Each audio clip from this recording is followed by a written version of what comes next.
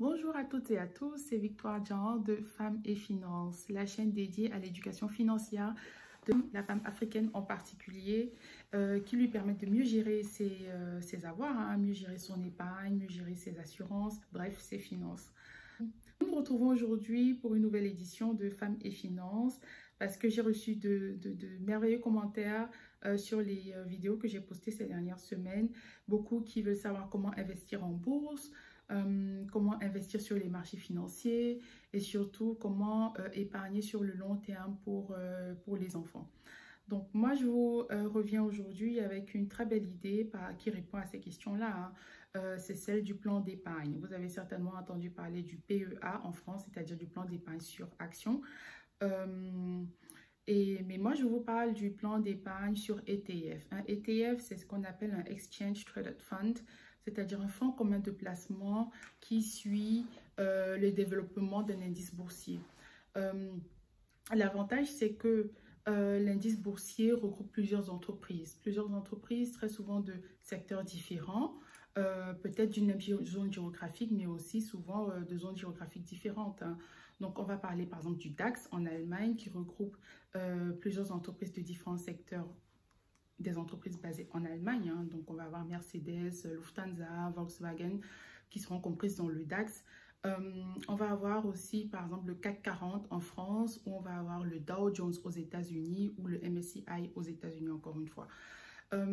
Et donc, l'avantage par rapport à investir sur une action, dans un plan d'épargne sur action, c'est qu'on investit effectivement sur un groupe d'entreprises. On va voir, il y a des indices qui regroupent plus de 8000 entreprises, il y a des indices qui regroupent plus de 3000 entreprises, etc. Et donc, l'avantage, c'est qu'on investit vraiment dans plusieurs entreprises qui ont des performances plus ou moins bonnes. Voilà, donc on diversifie ses risques aussi en investissant sur plusieurs entreprises, sachant qu'elles ne vont pas toutes perdre de la valeur du jour au lendemain en même temps. Donc on a déjà cet avantage de diversification des risques, parce qu'on investit sur plusieurs entreprises, parfois aussi de différentes zones géographiques, ce qui est un plus.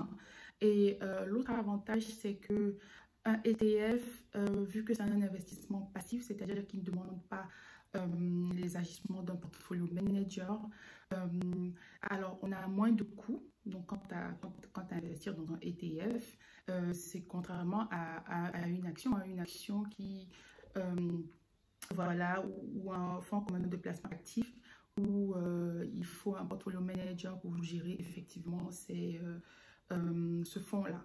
Donc, on a cet avantage-là qui n'est pas du tout négligeable. Quand on achète un plan ou bien quand on cotise dans un plan d'épargne sur ETF, il faudrait vraiment le faire sur du long terme.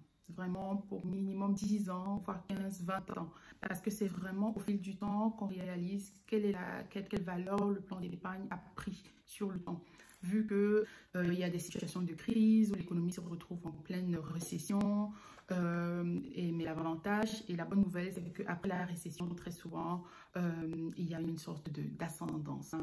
Les choses reprennent leur cours et voire même plus. Donc, quand on a des cours boursiers ou on a des situations sur les marchés financiers où les marchés sont à la baisse, il ne faudrait pas paniquer tout de suite. Le plus important et le plus intelligent garde son calme et continue d'observer la chose vraiment sur du long terme. Donc, parce qu'après une situation de crise, très souvent, il y a une situation, les marchés reprennent et se retrouvent aussi à la hausse. Donc, ça vaut vraiment le coup de s'informer sur le plan d'épargne par ETF.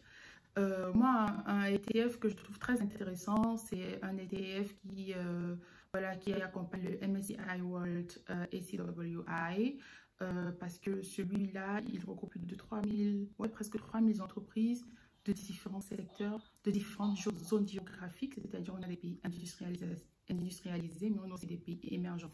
Donc, c'est très intéressant quant à la diversification des risques, je trouve. Pour moi, j'investirais plus dans ce ETF-là que d'investir par exemple sur le DAX ou sur un CAC 40 parce que oui, certes, c'est plusieurs entreprises, mais c'est vraiment seulement des entreprises situées géographiquement, soit en France ou en Allemagne. Donc voilà, c'est l'idée que je vais vous proposer aujourd'hui.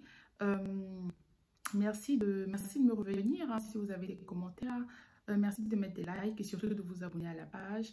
Et n'oubliez pas d'activer la cloche de notification pour toutes les autres vidéos qui seront publiées dans les prochains jours. Alors, je vous dis merci et à très bientôt.